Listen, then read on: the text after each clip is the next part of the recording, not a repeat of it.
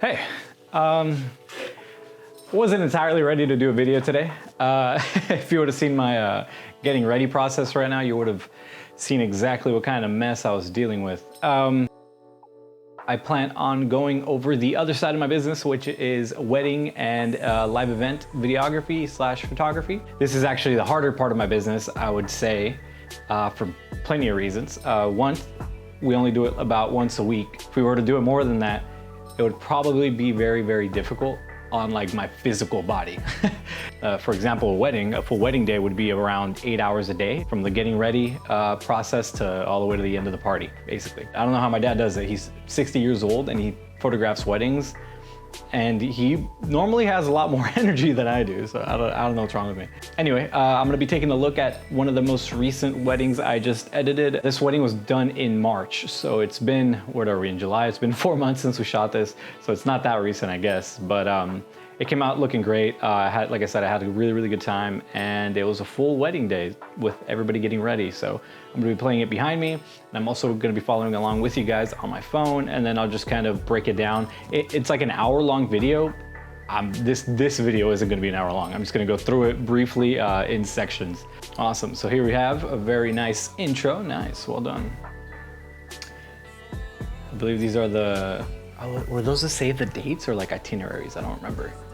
Anyway, this is an Airbnb that the bride and her family rented. They don't actually live here in town anymore. They moved to Florida. So they rented a really, really nice Airbnb, and honestly, I was super happy with it because it was basically like a dream home where everything's really, really clean. Everything's really wide open. People don't use it often because, again, it's an Airbnb, so it was like a pristine location. And then on the opposite side, we had the groom getting ready at his mom's house, I believe. And funny story, his mom actually lives super close to where I live, maybe a mile away. So here I'm just transitioning back and forth, kind of showing details of what's going on, establishing who the people are. Obviously, I mean, they know who they are, but I like to tell a pretty fun story, and that's the cool part about videography and weddings. You get to be a little bit creative with how you want to tell the narrative. Because really it's documentary, right? But I like to have fun with it, make it more cinematic. This is both of them, you know, getting ready. The mom's kind of helping out her daughter and all that. Yeah, that light from the door was awesome. Not a really big fan of those like orange lights in the house, but we do what we can, you know?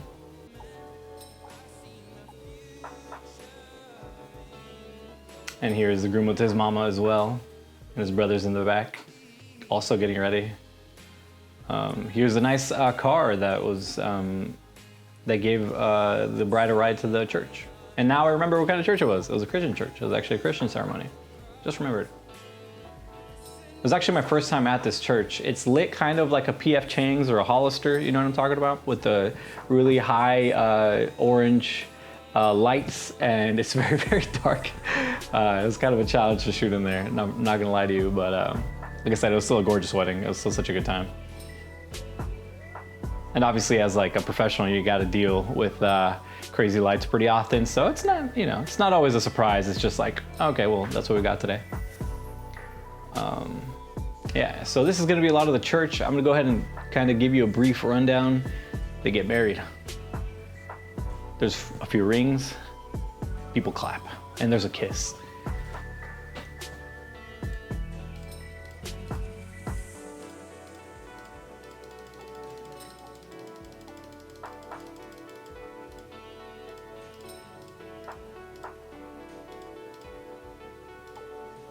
Okay, don't worry, I fast forwarded to the good stuff through the power of editing. It was actually a really long ceremony, I just looked through it.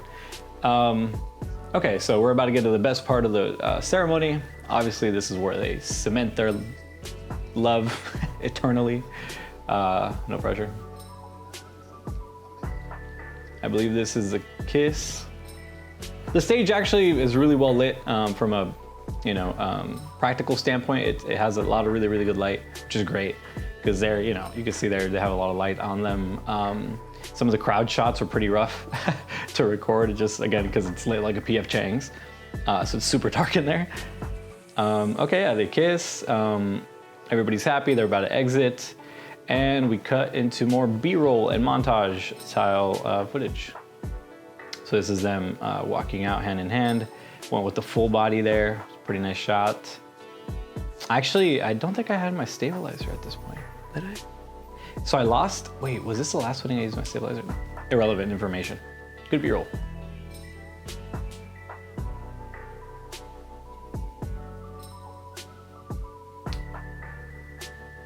Wow, that shot was kind of nice. Too bad it's a little crooked. Wow, it goes from like a wide to a pretty medium shot, almost close. So that's pretty impressive, not gonna lie. Pat myself on the back for that one. Yeah, so this is everybody exiting from here. Usually in like videography, in wedding videography, you want to transition from place to place kind of seamlessly. And there's all kinds of ways you can do that. You can just do hard cuts. You can do it however you want, really. I tried to do establishing shots like ultra wides, like so you can see the entirety of the venue or the church or the house that they're at. However, you don't always get the time to do all the shots you want with certain weddings if you're running late or if you are just on the move to get ready for whatever is next. With this, you know, they're just getting in the car, they kiss, they close the door. I figured that was a good like boom closer. And now we're at the venue. You start with a pretty like wide shot of like, whoa, what's this? What's going on? What is this archway? Like I said, establishing shots, just, this venue is actually pretty awesome. It's very wide open. They have a big white tent that fits around, I would say like 150 people. I could be wrong.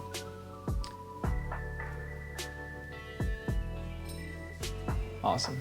I actually just got a text from Gigi because I have their USB drives because they don't live here. That is so weird. I literally just got a text from her.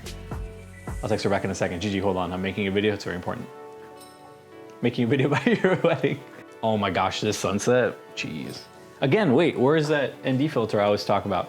Okay, that ND filter I showed you in the last video that I sabotaged myself with when I tried to put it back. I use that for these shots. Okay, I fast forwarded a little bit more just because it's just a lot of B-roll of friends, family. I wanted to get to the good stuff, which is this.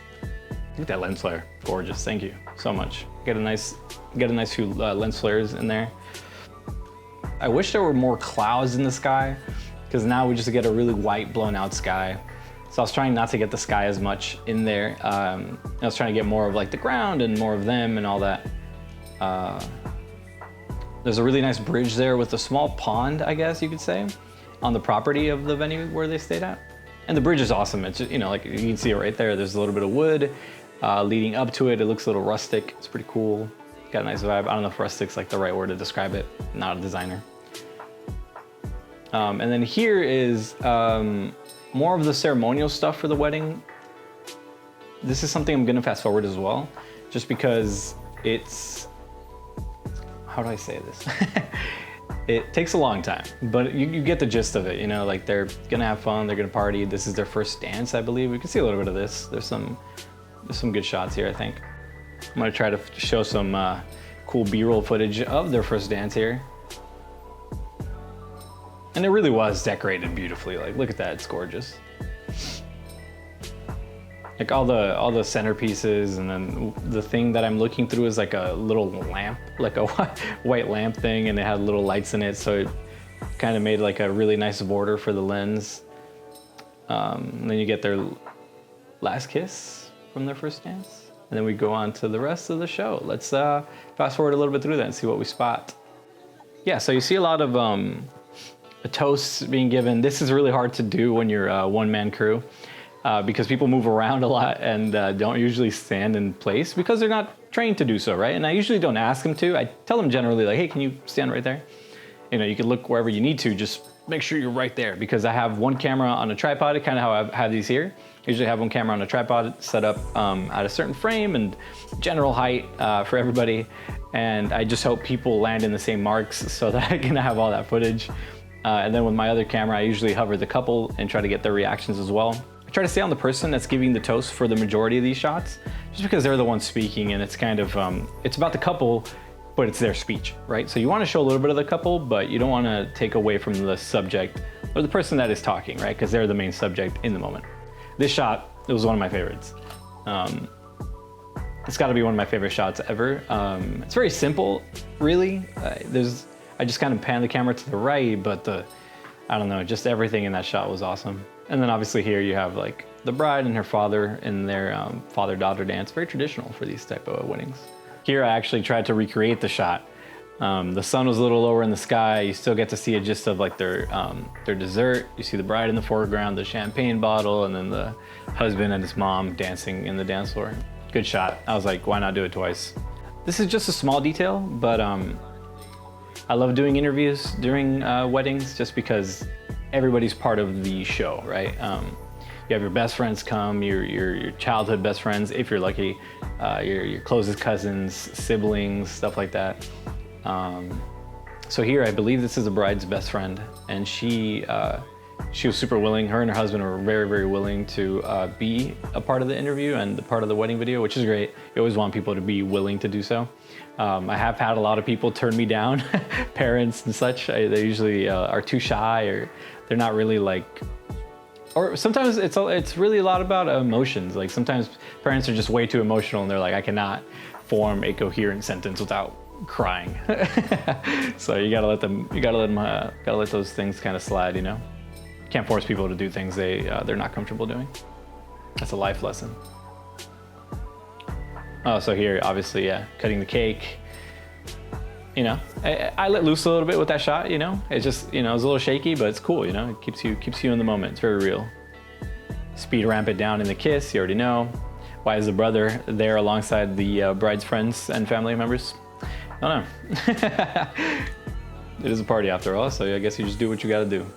This part of the day, by the time I get to this part of the shoot, it kind of works out because I'm already tired from the entire day. So I'm able to have more more freedom with whatever I want to do with the camera. As in, it's just B-roll, right? There is wrong ways to do B-roll. So you want to be careful with how creative or, you know, how far off the rails you want to go with B-roll like this. At the end of the day, you're still going to deliver this to people that paid good money for it. So you want to deliver good, concise shots that make sense. So keep that in mind if you're ever doing party B-roll. Just capture all the fun moments, like people being thrown up in the air. Almost dropped. I've had a few groomsmen be dropped on me. Yes, not on my person, but like in my presence.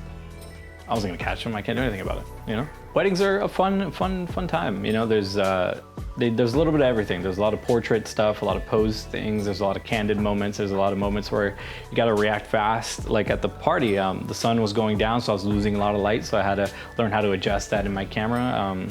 DJs always have their insane lights that are just purple and green and blue and not the right colors you want to use for something like this. At least not always, right? You can get a little crazy with it in the right context. I always make sure to have a light with me. Whatever light that is, you can make it work. I'm pretty sure you saw the light I was using at the time in a few of the shots, and that's okay. You know, it just looks like a spotlight. It doesn't really ruin the shot at all. Some people might be a little pickier and say it does ruin the shot. Overall, it gets overlooked by the majority of people.